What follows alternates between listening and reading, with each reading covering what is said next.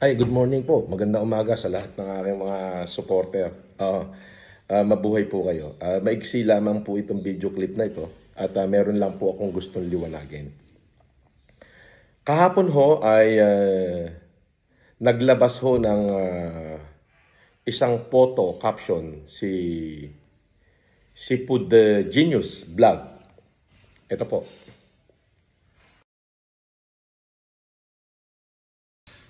At kung makikita nyo dyan sa litrato, meron hong dalawang tao na nag-abot sa akin ng pera, yung isa, tapos yung security naman nasa likod. Bibigay ko ho sa inyo yung story niyan. Kung makikita nyo, itong isang kamay, yan ho ay si Casper. Eto yan. Casper, likan dito. Ayan. Okay, boss. Ayan. Siya ho, kamay niya ho yung nag-abot ng sukli sa akin. Actually, ano ho yun eh. Hindi yung sukle kasi 5,000 yung binigay ko sa'yo pero hindi mo nabayaran yung pinababayaran ko, isinuli mo sa akin yun. Opo. Yung Malupit talaga. tigli 500. So, syempre, naka-live po ako. May nakatayong security sa gilid. Nakita sa live na inabutan niya ako ng pera. Ay idinawit na ho yung security na tumanggap daw sa akin ng pera. Ay liliwanagin ko ho, walang katotohanan po yan. At kung makikita nyo naman, talagang galing dito yung pera. Ngayon, kung sa sinasabi itong mga grupo ni Food Genius, na sila'y matitino, bakit kailangan nilang manira ng ibang tao? Unang-una po nilang sinisira ay yung mga maliliit na naghahanap buhay katulad ng Grab driver, Lalamove driver, Moveit driver. Magbubuking ho sila ng kung ano-ano, magbubuking ho sila ng kung ano-ano at ipapadeliver sa akin. Wala naman ho ko at di ako tumatanggap ng delivery. Di po ba? So, wala kayong awa sa mga taong maliliit.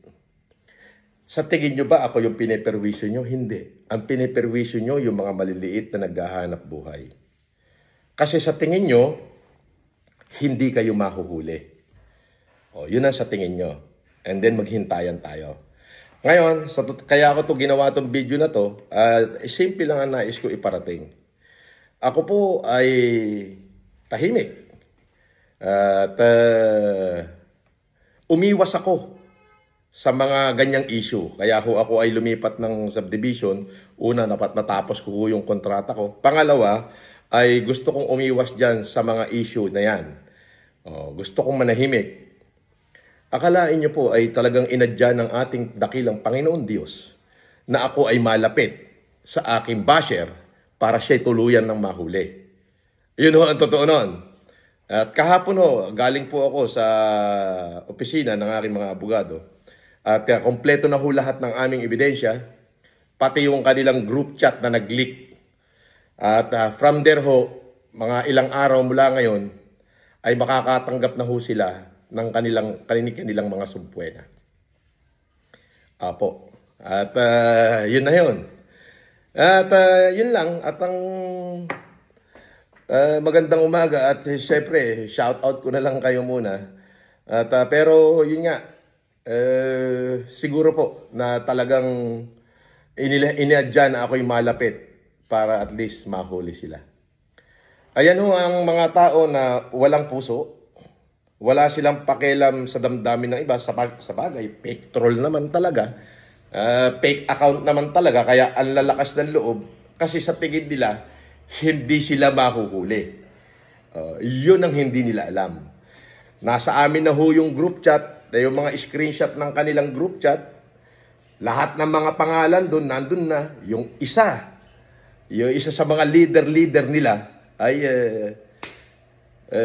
malapit dito sa akin. Kaya ho nga, kaya siguro ko inilagay dito ng Diyos. Kasi kaya po ako umalis sa kabilang village kasi gusto kong manahimik. Gusto kong umiwas. Oo, boss. Sa mga delivery na yan. Dahil yun ang gagawin nila eh. Mamiminsala sila. Biruin mo, magbubuk sila ng kung ano-ano. Ipapadeliver kung ako'y nasaan. Maaawa ka na lang doon sa driver hanggang sa bibigyan mo na lang ng 100 piso. Pero dito ho sa bago kong address, na hindi ko naman sasabihin, hayaan yung sila maglabas. O sa mga lalamove driver, move it. O kung may magbubuk dito sa ganito at hindi ako, antimano, huwag niyang tanggapin. O, cancelin nyo agad yan. Kasi yan walang katotohanan. At hindi ko yan tatanggapin. Hindi ako ang nagbubuk yan. Maliwanag ho ba? At ipagpapaalam ko muna ho sa pamunuan kung nararapat ko bang sabihin yung aking address. Pero sa tingin ko, alam naman ng mga basher kasi katabi ko nga ay basher ko . So sa tingin niya lang na hindi sila makahuli at hindi sila makakasuhan. Pero yun na ho yung kanilang fall down. Sabi ko nga ho, lilipas at lilipas din yan, maglilik at maglilik din yan. Kahit ano hong pagtatago nila sa mga fake account, lalabas at lalabas din ho ang katotohanan na makakapagpabagsak sa kanila. Ayun ho. At magandang umaga. Maraming salamat ho. Yun lang ho. Niliwanag ko lang ho na kung itong mga taong ito ay mga walang puso ito.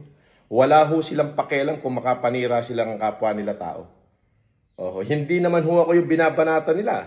Ang binabanatan nila, ang sinisira nila, ang piniperwisyo nila, yung mga maliliit na naghahanap buhay. Yun ang piniperwisyo nila. Tulad ng lalamove driver, move-it driver, kung ano-ano mga grab driver, yan ang kanilang piniperwisyo. Hanggang sa mali, magandang araw at mabuhay po kayong lahat. God bless you all. Francis Leo Marcos, out. Pagkatapos makulong ng ilang taon, siya na raw ang mismong magpupunta sa mga lugar na nangangailangan ng kanyang tulong. Itong ibinahagi sa panayam ng URTV News ni Francis Leo Marcos kasunod ng kanyang paglaya. Matatandaan na binansagan siyang FLM at nakilala noong pandemya sa kanyang Mayaman Challenge. Tunghayan ang kanyang kwento sa aking report. Matapos ang mahigit 3 taong pagkakakulong ng tinaguriang pandemic hero noong kasagsagan ng pandemya na si Francis Leo Marcos o FLM, dahil sa kanyang kabi-kabilang pagtulong na ginawa hanggang sa kasalukuyan kahit siya ay nasa loob ng kulungan, nakalaya ni ito upang ituloy ang kanyang mga naiwan at nasimulang programa para sa mga mahihirap nating kababayan. Sa eksklusibong panayam ng URTV News kay FLM, ibinahagi nito ang ilan niyang mga plano para sa ating mga kababayan, lalo na raw ngayon na personal na niyang mapupuntahan ang mga lugar na kanilang bibisitahin upang maabutan ng kinakailangang tulong. I have launched 17 mega humanitarian in the province of Sorsogon, Castilla, in Ilocos Norte itself. At ito, awa ng Diyos, paglabas ko, nakapagbigay tayo ng tulong dyan sa kapulisan ng Campo Crame noong December 18. Right there and then na lumabas ako. At marami na. And then sa aking araw-araw halos, hindi naman ako tumitigil. And meron akong upcoming project ngayon sa province of Isabela, which is over 20,000 recipient, yung mga less fortunate people natin na hindi. So far, yun lang muna ang gusto kong ituloy kung ano yung naiwan ko bago ako makulong. Ngayong paglabas ko, yun lang ang gusto kong tapusin. Ikinwento rin ni FLM na ang kanyang pagkakakulong sa loob ng mahigit 3 taon ay naging daan daw sa kanya upang mas mamulat siya sa tunay na kalagayan ng mga bilanggo sa loob ng 4 na sulok ng iisang kwarto. Kahit nung nakulong ako sa loob ng kulungan, nakita ko yung paghihirap ng bilanggo . So alam mo, kung dito sa labas meron tayong Java rice, doon sa kulungan merong Graba rice.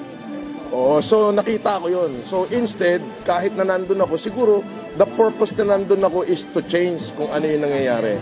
So alam mo, maniniwala ka ba na sinagot ko na yung bigas sa mga kulungan? Yes, doon sa mismong pinagkukulungan ko sa Annex 2, monthly nagbibigay ako doon ng 100 sacks of rice every month, simula nung makulong ako ron. Nang tanungin naman ito kung may plano siyang tumakbo sa anumang posisyon sa darating na eleksyon na itinutulak ng kanyang mga tagahanga. But don't ask me with regard to politics, no? Ayoko na dyan, ayoko na. And sabi ng mga tao, it's a winning candidate, no? You know, as I always said, I don't want to be a politician. That is not my business. I just wanted to help everyone as much as possible. Not only the Ilocanos, but every Filipinos, regardless of race, creed, and religion, regardless of colors. Everybody must help one another because Filipinos are like that. We always wanted to live by each other happiness, not by each other misery. Samantala, matatandaan na lubos na nakilala si FLM noong panahon ng pandemya kung saan niya hinamon ang ilan nating kababayan sa kanyang pinasikat na Mayaman Challenge. Para sa URTV News, Vanessa Cleofas sumasaludo sa bawat Pilipino.